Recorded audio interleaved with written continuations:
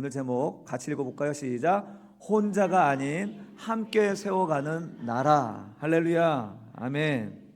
예, 오늘 더로선 이 교회 첫 번째 세례를 베푼 귀한 날입니다. 너무 경사스러운 날이고 또 우리의 새로운 가족으로 영입된 그런 날입니다. 여러분, 집에 아이가 태어나면 어떻습니까? 좀 웅웅거리죠.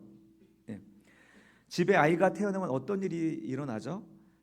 단순히 식구가 하나 더 늘어나고 입이 하나 더 늘어나는 차원이 아니죠. 그 아이가 태어남으로 말미암아 이제 모든 삶의 패턴이 바뀝니다. 먹는 음식도 바뀌게 되고요. 잠자는 시간도 바뀌게 되고요. 심지어 집의 인테리어까지 다 바뀝니다. 그렇죠? 그렇지 않습니까? 아이가 태어나면 새로운 생명과 함께 그 공동체도 함께 새로운 관계 속으로 들어가기 때문에 이런 변화는 불가피한 것입니다. 그 아이를 사랑하면 사랑할수록 그 집의 공간은 더 아이다워지죠. 그런 것처럼 오늘 우리는 이 세례를 통하여서 우리는 새로운 가족을 영입하게 되었습니다. 우리의 관점은 어디에 있어야 될까요? 이 새로운 우리 가족이 된 우리 지체들이 편안하게 또 신앙생활할 수 있도록 우리 친절과 미소로 안녕 까꿍 이러듯이 이렇게 환영하고 안아주는 그런 관계로 나가야 되지 않겠습니까? 오늘 세례는 바로 그런 것입니다. 가족이 되는 것입니다. 가족이요. 이제 혜지 자매에게는 이제 여러 많은 이모들이 있고요. 저기 멋있는 이 오빠도 있고요. 저기 동생들도 많이 있고 저기 우리 엄마 할머니도 있습니다.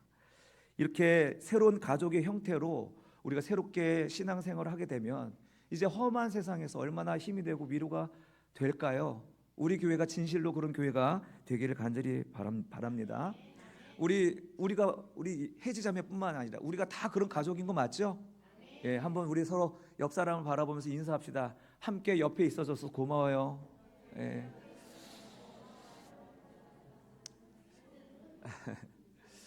그런데 여러분 그거 아시죠? 가족이 되는 거는 굉장히 부대끼는 일입니다. 그러니까 사실 어린아이 학대도 가정에서 제일 많이 일어난다는 사실도 아시죠? 너무 쉽고 너무 편안하니까 함부로 하게 되는 그런 것들이 있기도 하죠. 어쨌든 우리 신앙생활이 그게 싫어가지고 가족같이 서로 부대끼고 갈등하고 하는 게 싫어가지고 그냥 너는 너 나는 나 이렇게 지내는 경우가 많습니다. 그래서 예전에 제가 설교 때 비유로 말씀드렸던 것처럼 콩자루 교회 같은 거죠. 콩자루. 이 콩자루 자루 안에 콩이 가득 들어 있습니다. 한 공간 안에 있습니다. 그래서 한 같이 있는 가족과 같은데 자루를 들고 막 흔들면 어떻습니까? 막 시끄럽게 소리가 나는 거예요. 그 내 모양을 지키려고 서로 딱딱딱딱 튀기면서 소리가 요란합니다. 또 그 자루를 뒤집어서 딱 던지면 어떻습니까? 그냥 손으로 그냥 각자의 제 길로 쫙 퍼져 나가면서 대굴대굴 굴러가는 거죠. 이게 콩자루죠. 콩자루. 혹시 요즘 현대 교회가 바로 이런 콩자루 같은 교회가 아닌가 하는 것이죠. 오늘날 현대인들이 꿈꾸는 정말 쿨한 신앙생활이 이런 콩자루 같은 교회가 아닌가 저는 생각합니다. 여러분, 하나님 꿈꾸시는 교회는 어떤 교회입니까? 잊어버리셨어요? 콩자루가 아니라 콩이 아니라 매주. 예, 그래서 여기다 현수막을 걸까 보다. 매주 같은 교회를 하나님은 기뻐하십니다. 콩들이 솥에 들어가서 푹 삶아지고 형태가 없어지고 서로 부대끼면서 으깨져야 하는 것이죠. 내 형체가 사라지는 것 같아 불편하죠. 근데 그렇게 서로 뒤엉켜가지고 서로 삭혀지고 이런 가운데에 비로소 깊은 맛을 내는 된장이 되고 간장이 되는 것이죠. 아마 예수님이 이 땅에 한국에서 오셨다면 빛과 소금을 이야기하기보다는 이 된장 그리고 간장을 얘기하지 않았을까 싶습니다. 너희는 세상의 된장이니라, 너희는 세상의 간장이니라. 이렇게 되려면 우리가 매주가 돼야 되거든요. 안 그렇습니까? 오늘 본문의 모세도 사실 이런 콩자루와 매주 사이에서 길을 잃고 있는 그런 상황에 있었던 것이죠. 그는 위대한 지도자입니다. 하지만 그 수백만 명 속에 홀로 서 있는 모습이었습니다. 아침부터 저녁까지 혼자였습니다. 혼자 재판하며 혼자 일을 도맡아 하는, 그래서 기력이 다해가는 모세. 그를 보며 하나님은 이방인의 이드로의 입술을 통하여서 말씀하시는 거죠. 모세야, 네가 이렇게 혼자 하는 것은 선하지 않아, 옳지 않아 라고 말씀하는 것입니다.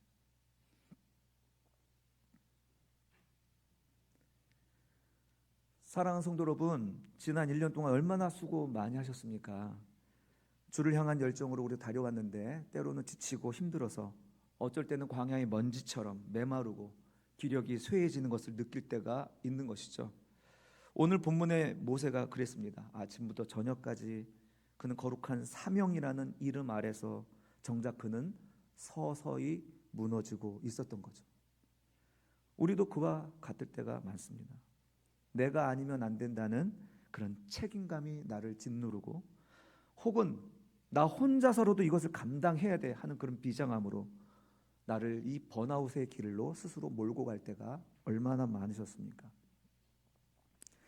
그런 우리에게 하나님께서는 이방인 이드로의 이스를 통하여서 오늘 우리에게도 동일하게 말씀하시는 거예요. 얘들아, 그거 아니야. 혼자 짊어지는 것은 내 뜻이 아니야. 할렐루야. 주님의 마음은 그것입니다. 우리가 혼자 짊어지는 것 주님 원치 않으십니다. 하나님은요, 우리가 홀로 활발하게 막 불타오르다가 갑자기 죄가 되어서 없어져 버리는 그런 영웅이 되는 것을 원치 않으십니다. 오히려 하나님은 함께 짐을 짊어지고 광야의 여정 가운데 동행하고 공동체와 함께 평안을 누리는 그런 하나님의 가족이 되는 것을 원하는 것이지, 영웅스러운 모세를 앞장 세우는 게 아닙니다. 아마 영웅스러운 모세를 앞장 세웠다면 광야에서 그를 죽이지 않으셨을 것 같아요. 정말 중요한 것은 영웅이 아니라 공동체이기 때문에 저는 하나님께서 일부러 광야에다가 모세를 남겨두신 것 같습니다. 오늘 이 말씀을 통해서 우리가 서로가 서로에게 함께 광야의 길을 걸어가는 그 여행의 동반자들이 다 되어주시기를, 그렇게 결단해 주시기를 주님의 이름으로 축원합니다. 놀라운 것은요, 이 중요한 메시지를 이스라엘이 아닌 이방인의 입술을 빌려서 하나님께서 말씀하셨다는 겁니다. 그래서 여기서 첫 번째 교훈을 한번 말씀드리자면, 하나님은 모든 만물의 주권자십니다. 아멘. 진실로 그렇게 믿으십니까? 모세는 하나님을 대면한 자입니다. 하나님의 음성을 수시로 듣는 사람이에요. 그런데 하나님이 그에게 직접 말씀하셔서 이 문제를 해결해 주시면 되는데, 굳이 하나님은 뜻밖의 인물을 통하여서 이렇게 말씀해 주시는 겁니다. 이것이 시사하는 바가 뭐겠습니까? 하나님은 아브람이 아니라 아브라함의 하나님이란 걸 보여주는 거죠. 너희 민족과 너희 가족만의 하나님이 아니라 나는 온 세상의 하나님이며 온 세상의 주권자라는 것을 말씀해 주기 위함이 아니겠습니까? 성경은 그런 것들을 자주 이야기합니다. 여러분 기억나시는 게 있죠? 아브라함이 자기 아내를 팔아먹었을 때, 그때 하나님께서 이방 왕 아비멜렉에게 나타나셔서 무시무시하게 환상 가운데 말씀하셨을 때 아비멜렉이 도리어 아브라함을 꾸짖지 않습니까? 그때 아브라함이 깨달은 것이, 아하, 이 가나안이 아니라 여기 이 그랄 지역에도 하나님이 계시는구나 라는 걸 깨닫는 거죠. 또 요나도 마찬가지죠. 요나가 사명을 잃고 다시스로 가는 배 밑창에서 주무실 때 자야 되는데, 자빠져 잔다고 해야 되는데 주무신단 말이 나왔네. 하나님의 낯을 피해서 이렇게 배 밑에서 자는 요나를 깨운 것은 하나님의 사람이 아니었습니다. 자, 한번 읽어볼까요? 시작. 자는 자여 어찌함이냐, 일어나서 내 하나님께 구하라. 이 말을 누가 했을까요? 이방인 선장이 말한 것입니다. 하나님의 사람이 말한 게 아닙니다. 그리고 이스라엘 백성이 70년간 바벨론 포로에 있을 때에 이제 이들을 해방한 것, 그리고 그들을 해방시키고 고국으로 돌아가고 예루살렘 성전을 짓게 한 것은 이스라엘 백성들이 아니고요, 고레스라는 페르시아 왕이었습니다. 하나님은 이렇게 우리가 예상하지 못하는 사람, 믿지 않는 사람, 때로는 나보다 부족해 보이는 목소리를 통해서도 오늘 우리들에게 메시지를 주실 수 있습니까? 있습니까? 있어요. 너무 잘하시네요. 여러분, 참된 영성은 내 경험과 내 지식을 내세우고 고집하는 게 아닙니다. 하나님은 자유로우신 분이십니다. 하나님은 무엇이든지 하실 수 있는 분이십니다. 하나님은 우리 교리 속에 가둘 수 있는 분이 아닙니다. 내가 말씀에 대하여 확신한다고 해서 하나님은 반드시 이랬어야 돼, 하나님은 반드시 이렇게 하셔야만 돼 라고 규정할 수 있는 분입니까? 그럴 수 없는 것입니다. 누가 이렇게 하다가 망했죠? 유대인들이 아닙니까? 그들은 공부를 많이 하고 율법을 달달달 외웠고 수많은 종교 행위로 스스로 격을 높였지만 메시아를 알아보지 못하고 예수를 죽였던 것이 아닙니까? 사랑하는 성도 여러분, 참된 영성은요, 전능하시고 자유로우신 하나님의 주권과 섭리를 수용하는 것에서 시작됩니다. 여러분, 그러면 말씀에 대한 비늘이 벗겨져요. 내가 10번, 20번 백독을 해도 하나님의 주권에 의지하지 않으면 그렇게 읽었던 말씀도 깨닫지 못하는 것이죠. 사도 바울이 랍비로서 성경을 가르치는 교사였지만 그는 그 눈에 막혀 있었어요. 하나님의 주권과 섭리를 인정하지 못하니 하나님은 이렇게 오셔야만 돼, 하나님은 이렇게 일하셔야만 돼 라고 말하니까 그리스도를 보지 못하는 거예요. 말씀의 진리를 보지 못하는 거예요. 그러나 하나님의 주권과 섭리를 믿는 자, 하나님은 무엇이든지 하실 수 있다, 모든 것을 하나님께 맡기는 순간 말씀에 드디어 눈이 열리는 것입니다. 그러므로 우리는 하나님의 말씀과 더불어서 우리 주변에서 들리는 사람들의 말을 무시하지 마십시오. 믿지 아니하는 사람들의 말이라고 해서 무시하지 마십시오. 자연의 환경과 자연의 섭리 속에서 하나님의 은혜를 발견하고 하나님의 뜻을 발견해야 되는 것이죠. 사람들에게 관계 속에서 하나님이 우리에게 주시는 세밀한 음성에 귀를 기울이는 그 자세가 바로 오늘 성도의 자세여야 되는 줄로 믿습니다. 오늘 본문에서 하나님은 그 이방인 이들을 통해서 말씀하셨고 모세는 그 말을 하나님의 음성으로 경청한 것입니다. 여러분, 이것이 오늘 우리들에게 요구되는 자세라는 것이죠.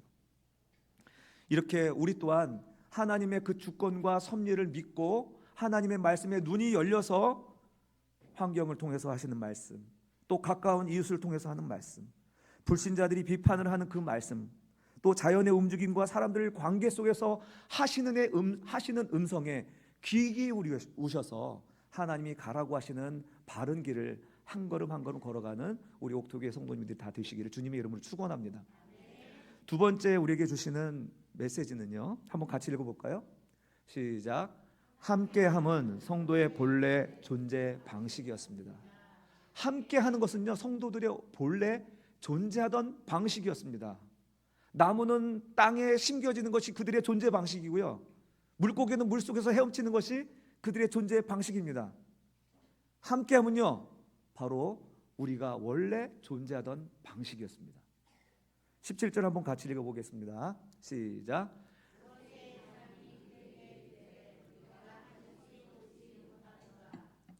아멘. 17절에서 이드로가 모세에게 던진 네가 하는 것이 옳지 못하다, 이 말은요, 네가 하는 일이 방법이 틀렸다는 말이 아닙니다. 물론 그런 말도 있겠죠.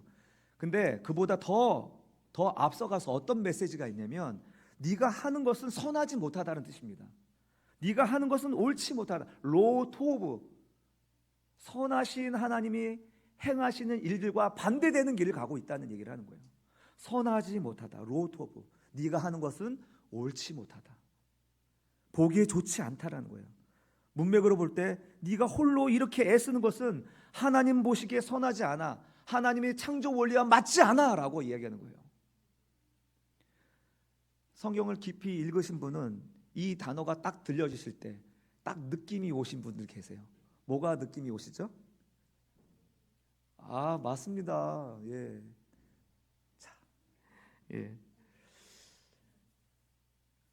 창세기 1장에서 모든 만물을 지으실 때 주님은 토브, 야, 보시기에 좋았더라 그러셨습니다.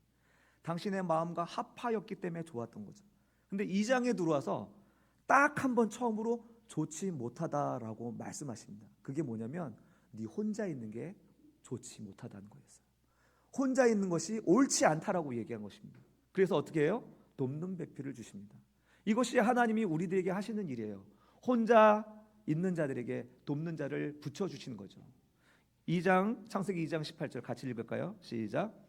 여호와 하나님이 이르시되 사람이 혼자 사는 것이 좋지 아니하니 내가 그를 위하여 돕는 배필을 지으리라. 예, 돕는 배필 에제르라고 합니다. 여러분 느낌이 오시죠? 예, 이드로에 1000부장을 세우고 100부장을 세우고 50부장 10부장을 세우라고 하는 그것은 그냥 행정적인 조언을 넘어서 메시지라는 것입니다. 하나님은 하나님이 처음 세상을 설계하실 때 그 창조 원리와 정확히 일치하는 말을 지금 이드로를 통하여서 우리에게 말씀하시는 거예요. 하나님은 홀로 있는 아담을 보시고 선하지 않다 하시고 아담에게 무엇을 주셨냐? 돕는 배필입니다. 히브리어로 에제르입니다. 한번 따라해 볼까요? 유식하게 에제르. 예, 네, 돕는 배필 에제르입니다. 우리는 흔히 돕는 배필이라 하면 리더를 뒤에서 보조하는 조수나 하급자를 생각할 때가 많지만 성경에서 말하는 이 에제르는 그렇지 않습니다. 그 반대입니다. 구약에서 에제르가 21번 정도 사용했는데 그 중에 16번이 바로 하나님을 향하여서 쓰인 단어였습니다. 에베네셀 목장님 한번 손 들어보세요. 목자. 예, 예. 에베네셀 무슨 뜻인지 여러분 다 아시죠? 도움의 돌입니다. 그 말의 의미가 뭐죠? 하나님이 여기까지 우리를 도와주셨다는 거잖아요. 도움의 돌. 누가 돕냐? 하나님이시라는 것입니다. 예, 영광스러운 이름을 가지셨습니다. 하나님이 도와주실 줄 믿습니다. 그러므로 여러분 창세기 2장의 돕는 배필 에제르는 영어로 헬퍼입니다. 한자로는 보혜사입니다. 신약에서 돕는 배필 에제르는 바로 예수 그리스도께서 오늘 교회에게 보내주신 성령님을 가리키는 것입니다. 예수님은 교회를 위해 교회 옆에 성령님을 보내주신 것입니다. 혼자 하지 말라고 교회에 성령을 보내주신 것입니다. 이드로는 모세에게 너 혼자 하는 것이 옳지 못하다라고 말한 뒤에 즉시 1000부장, 100부장, 50부장, 10부장 세우라고 명령합니다. 이것이 바로 에제르인 거예요. 모세의 어떤 수하를 세우라는 뜻이 아닙니다. 모세의 어떤 심부름꾼을 만들라는 뜻이 아닙니다. 그의 곁에서 하나님의 일을 함께 할 수 있는 동역자를 세우라고 말씀하는 거죠. 21절 한번 다시 한번 읽어봅시다. 시작.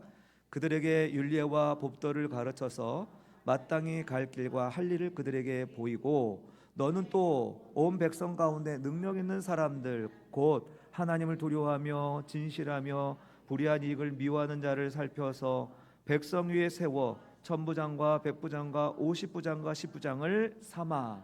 아멘. 예, 그들에게 율례와 법도를 네가 아는 지식 그대로 그들에게 가르쳐서 마땅히 가야 될 길을 그들에게 알려주라는 거예요. 이게 제자 훈련이죠, 제자 훈련.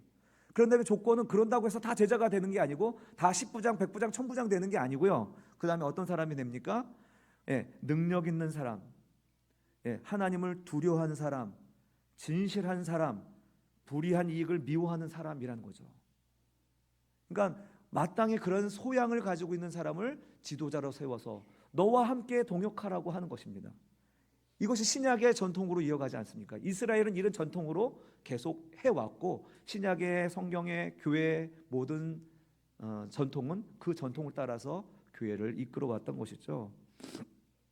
여러분 이렇게 공동체로 존재하는 것, 이 원리는 하나님 나라 백성들의 존재 방식이었습니다. 원래 개인 신앙이라는 건 있을 수 없다는 거예요. 계속 제가 반복하지만 혼자서 신앙생활을 한다는 거 있을 수 없는 거예요. 우리 하나님 자신이 그렇게 존재하지 않았습니까? 성부, 성자, 성령 하나님으로. 그러나 완전한 하나가 된 모습으로 존재하지 않으셨습니까? 그가 그렇게 존재하셨기에 오늘 교회에게도 그와 같이 존재하라고 하는 것입니다. 아브람도요 318명의 가신들이 있었습니다. 우리는 아브라함 하면 그냥 큰아버지 정도, 그냥 족장 정도로 생각했지만 그에게는 318명이라는 그가 길리운 자들이 있었습니다. 즉 그가 혼자 일하지 않았다는 거죠. 체계적인 교육과 위임이 있었던 것이고 그들이 모세와 같이, 아브람과 같이 담대한 믿음으로 가서 롯의 가족들을 다 구출한 거 아닙니까? 요셉도 마찬가지입니다. 그도 하나님께서 주신 지혜를 가지고 하나님 나라의 존재의 방식으로 애굽의 땅에서 그 모든 어려움과 기근을 이겨냈던 것입니다. 이러한 흐름은 예수 그리스도의 12제자를 세우고 70명의 제자를 세우시는 일로 이어지면서 오늘날 성령께서 각 지체에게 주시는 은사를 주어서 교회를 세우게 하신 것입니다. 사랑하는 성도 여러분, 우리가 하나님께서 주신 이 원대한 원리와 기초를 우리가 잃어버리고 무엇부터 시작하시겠습니까? 첫 번째 단추를 잘못 끼우면 다 엉클어지는 거 아니겠습니까? 하나님께서는 모세라는 한 사람의 카리스마로 이스라엘을 세우지 않으셨습니다. 하나님의 나라는 모든 성도가 살아서 움직이는 동심 협력, 그런 공동체를 세우기를 원하시는 것입니다. 우리 교회가 하려고 하는 것이 그것입니다. 모든 지체가 살아 움직이는 그런 교회, 그런 교회를 꿈꾸는 것입니다. 이렇게 하면, 이런 목장 사역을 하면 부흥한다는 그런 전략으로 여러분에게 접근하는 게 아니라는 거예요. 성경의 원리가 무엇인가? 그렇다면 우리가 한번 그렇게 해보자 하는 차원에서 여러분에게 권하는 것이죠. 창조 때부터 두신 하나님 나라의 존재 방식, 예수님이 우리에게 간절히 부탁하신 일이며 초대교회가 증명해낸 놀라운 역사가 바로 이 공동체로 존재하는 교회라는 것이죠. 때로 우리가 같이 한다는 것 자체가 힘들고 부대끼고 불편할 수 있습니다. 그래서 우리가 으깨져야 되는 것이죠. 그러나 이렇게 우리가 으깨지고 부대끼고 불편함 속에서 우리는 하나님의 사람으로 다듬어져 가고 하나님의 백성답게 만들어져 가는 것입니다. 이런 훈련과 이런 불편함을 감수하지 않고 어떻게 오실 메시아의 나라에서 우리가 같이 합세할 수가 있을까요? 하나님은 반드시 우리를 그와 같이 매주와 같은 공동체를 만들어 가실 것입니다. 여기서 잠깐 공동체로 함께 존재하기 위한 작은 한 가지 팁을 말씀드리려고 합니다. 아주 작은 팁입니다. 그래도 이 작은 팁이라 할지라도 정말 실천해 보면 결과는 어마어마하게 다를 거라 믿습니다. 그것은 무엇이냐면 주장하는 자세가 아니라 듣는 자세입니다. 할렐루야. 주장하는 자세가 아니라 듣는 자세예요. 우리 베드로전서 5장 3절 세 번역으로 읽어보겠습니다. 시작.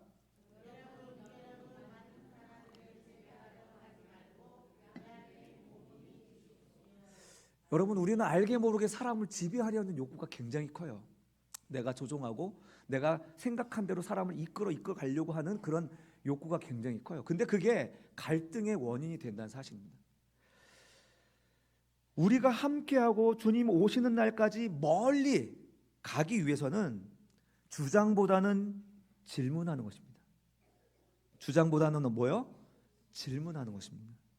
이것은 다른 모든 관계에서도 마찬가지예요. 여러분이 일상에서도 성공하고 사회적 관계를 잘 맺기 위해서는 주장보다는요, 질문을 하십시오.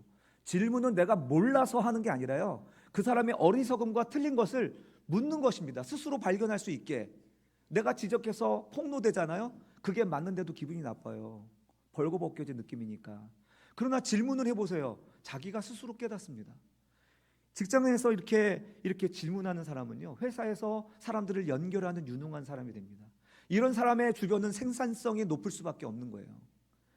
부모의 자식 관계도 마찬가지죠. 우리 부모들은 늘 자녀들에게 지시하고 지배하려 하는 욕구가 넘쳐납니다. 그러니까 우리 아이들은 점점 부모를 멀리하는 거죠. 사랑하는데 멀리하는. 그러나 질문을 해보십시오. 그러면 아이들이 스스로 깨우치고 그리고 그 관계가 더 깊어집니다. 교우 관계도 마찬가지입니다. 주장보다는 질문을 하는 것입니다. 내가 몰라서 묻는 게 아니라고요. 절대로.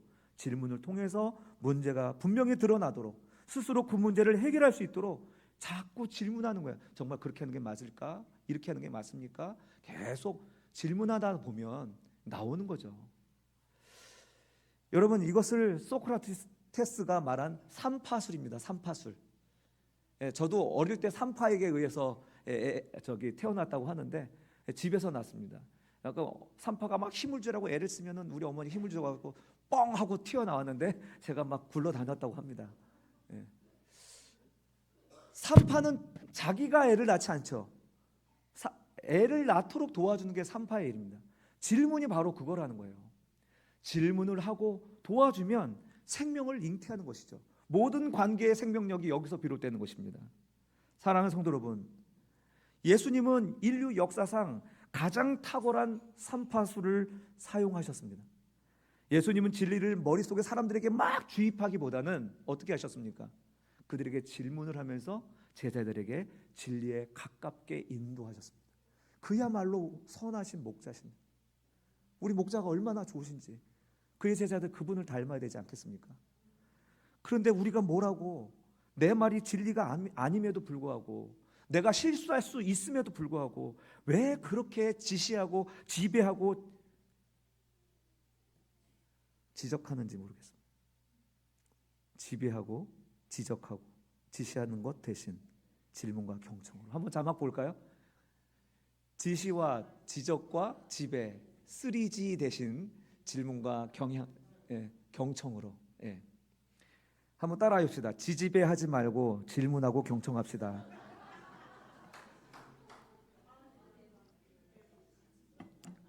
딱 귀에 들어오죠? 지지배하지 말고 경청하고 질문합시다. 여러분, 이 정말 자그마한 지침이지만요, 이거 굉장히 큰 역사가 일어날 겁니다. 이렇게 우리가 서로 경청하고 그리고 들어주고 질문함으로써 우리 공동체가 함께 그리고 멀리 갈 수 있는 아름다운 공동체가 되기를 간절히 소원합니다. 마지막으로 함께 읽겠습니다. 시작. 하나님은 질서 안에서 우리에게 참된 평안을 주십니다. 질서 안에서 참된 평화가 주어지는 것입니다. 자, 우리 23절 같이 읽겠습니다. 시작. 네가 만일 이 일을 하고 하나님께서도 내게 허락하시면 내가 이 일을 감당하고 이 모든 백성도 자기 곳으로 평안히 가리라. 이 말을 다시 제가 말씀드리면, 네가 이러한 내가 지금 말한 대로 하나님께서 창조 원리대로 한 그것을 그대로 질서를 회복하면 너도 이것을 이제 감당할 수 있고 그리고 너에게 속한 백성들도 이제 평안하게 갈 수 있다, 이 말을 하는 거예요. 하나님의 질서를 회복하면 너도 해결되고 백성들도 평안해질 거다라고 얘기하는 겁니다. 여러분, 이드루가 제안한 이 모든 제도의 최종적인 결론입니다. 이것이 오늘 우리들에게 주시는 결론이기도 하죠. 여러분, 우리가 흔히 질서라고 하면 규제하고 구속하는 것을 이야기하지만 이것은 평안을 위한 가장 확실한 방편이기 때문에 우리의 질서를 요구하는 거예요. 그렇지 않습니까, 여러분? 질서가 무너지면 교통이 막 혼잡해지는 거예요. 이런 질서가 세워지지 않으면 너도 나도 대장들이 나타나는 것입니다. 그런데 세상은요, 이 질서를 잡기 위해서 택한 방식이 우리와 다릅니다.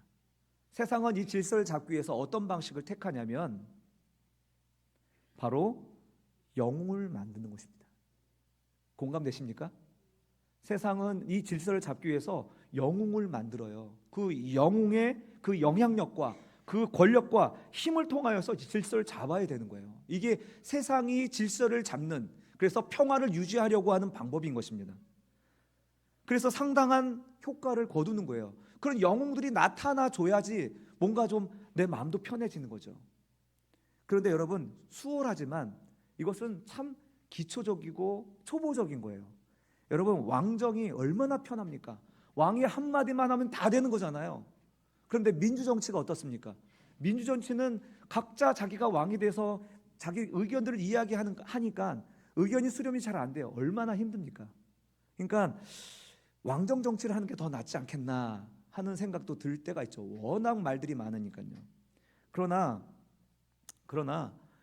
이런 여러 가지 많은 의견들과 이야기들 속에서 하나하나 질서를 붙잡아가 나갈 때 우리는 점점 더 성숙해지고 그리고 점점 더 강력해지는 것입니다. 사단은요, 이렇게 그 영웅들의 세상을 만들므로 자기의 세상을 만들어가는 것입니다. 카리스마를 가진 지도자를 통하여서 그의 나라를 만들어가는 것입니다. 성경에 보면은, 성경의 창세기 10장에 보면은 리므롯이라는 사람이 나옵니다. 리므롯. 그를 세상의 첫 용사다. 그리고 여호와 앞에 용감한 사냥꾼이다라고 기록한 사람입니다. 그가 단순히 사냥을 잘했다는 뜻이 아니라요, 그가 하나님 없이 스스로 영웅이 되어서 제국을 건설했다는 뜻입니다. 여러분, 오늘 이것이 이 세상을 지배해가는 원리입니다.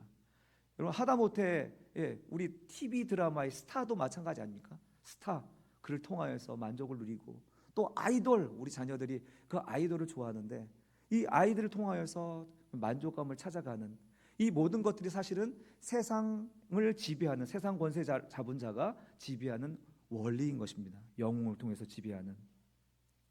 그러나 사랑하는 성도 여러분, 교회는요, 한 사람의 영웅이 이끄는 곳이 아니라는 것입니다. 모세 한 사람의 희생과 카리스마로 유지되는 공동체가 아니라는 것입니다. 그것이, 그 영웅들이 이끌어가는 것이 강해 보일지 몰라도 그것은 건강하지도 않고요, 그리고 복음적이지도 않습니다. 그 머리 되는 사람이 무너지면 공동체는 무너지는 것입니다. 그래서 하나님은 모세를 통하여서 함께 짐지는 질서를 가르쳐 준 것이죠. 이 거룩한 질서의 정신은 초대교회도 이어집니다.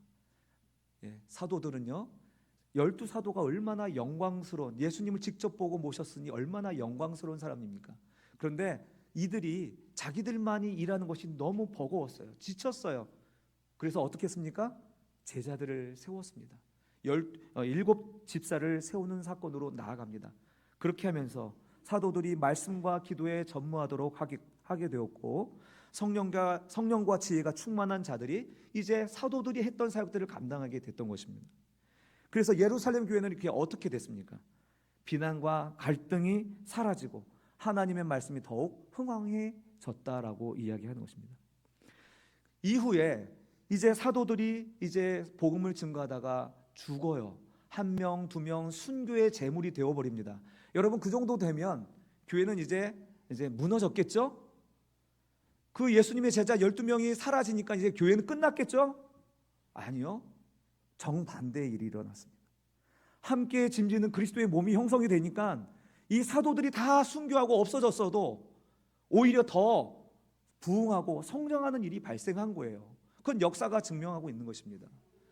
사도들이 죽었던 AD 70년 전보다 이후에 일어났던 부흥은 정말로 참으로 역사적인, 획기적인 사건이었죠.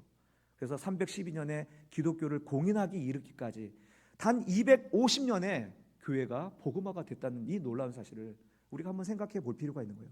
그 원인이 어디에 있느냐? 카리스마가 아니라는 겁니다. 우리가 함께 짐져가는 공동체일 때 비로소 이것이 가능해졌다는 것입니다. 사랑하는 성도 여러분, 이것이 바로 하나님이 설계하신 질서 안의 평안이며 질서 안의 부흥인 줄로 믿습니다. 너가 있어야 나라는 존재가 의미가 있는 이 공동체의 원리를 우리가 깨달을 때 우리는 비록 세상이 줄 수 없는 안식을 얻을 수 있습니다. 혼자 가려 하지 마십시다. 서로의 짐을 나누어 주고 머리 대신 그리스도 아래서 한 몸을 이루어 주시기를 바랍니다. 한 사람의 희생이 아니라 모두의 연합을 통해서 평안을 주시는 하나님의 은혜가 우리 옥토교회 공동체 안에 가득 넘치기를 간절히 바랍니다. 이제 말씀을 맺겠습니다. 사랑하는 성도 여러분, 지난 1년간 여러분과 함께 옥토교회를 섬기면서 제가 한 가지 귀한 영적인 원리를 깨달았는데, 그것은요, 목사는 스타터 또는 마중물일 뿐이라는 것입니다. 엔진이 힘차게 돌아가기 위해서는요, 스타터 모터가 처음에 강력한 회전력을 주어야 되는 것이죠. 그러면 그 회전력에 힘입어서 그럼 엔진 속에 있는 모든 부품이 제 역할을 가지고 깨어나서 작동하기 시작하는 것입니다. 하지만 스타터 모터만 가지고 차를 움직입니까? 그럴 수 없는 거죠. 지금은 뭐 전기차라서 잘 와닿지 않는 분도 있겠지만 우리 어른들은 다 아실 거예요. 스타터 모터로 낄낄낄낄 해봐야 움직이지 못하는 거예요. 진동만 있을 뿐이죠. 제가 20여 년 전에 낡은 중고차를 타고 다닐 때였는데요, 어느 날 이렇게 키를 돌려서 시동을 걸려고 했는데 아무리 해도 안 되는 거예요. 배터리도 정상이고 연료도 가득 차 있고 엔진도 정상이었는데 시동이 안 걸리는 거예요. 그래서 나중에 알고 봤더니 이 배전기가 망가진 거였더라고요. 이 배전기란 것은 이 엔진에 불꽃을 튀겨주면서 생명력을 불어넣는 것이거든요. 이게 고장 나니까 그냥 끼끼끼끼 걸면서 시동이 안 걸린 거죠. 예, 결국 배전기를 수리하고 키를 돌리자마자 부릉 하고 시원하게 예, 시동이 걸렸습니다. 여러분, 교회는요, 유능하고 카리스마 넘치는 한 사람의 영웅으로 움직이는 곳이 아닙니다. 한 곳만 망가져도, 하나만 고장 나도 시동이 안 걸리는 것처럼요, 목회자는 그냥 그 자동차에 꽂혀 있는, 키박스에 꽂혀 있는 키와 다를 바가 없습니다. 이것이 돌렸을 때 이 모든 것들이 정상적으로 작동할 수 있는 각각의 직능들이 있어야 되는 것입니다. 참된 부흥과 성장은 언제나 주님이 주신 비전과 함께 온 공동체가 불꽃을 튀기면서 함께 움직일 때 가능했습니다. 하나님이 이 옥토교회에 저를 보내신 이유가 무엇일까요, 여러분? 제가 유능해서 보내주셨을까요? 저 혼자 다 하라고 보내주신 겁니까? 아니죠. 함께 사역하라고, 또 함께 동행하라고, 함께 천국의 길을 가라고 약간 모자른 저를 여기 불러주신 거예요.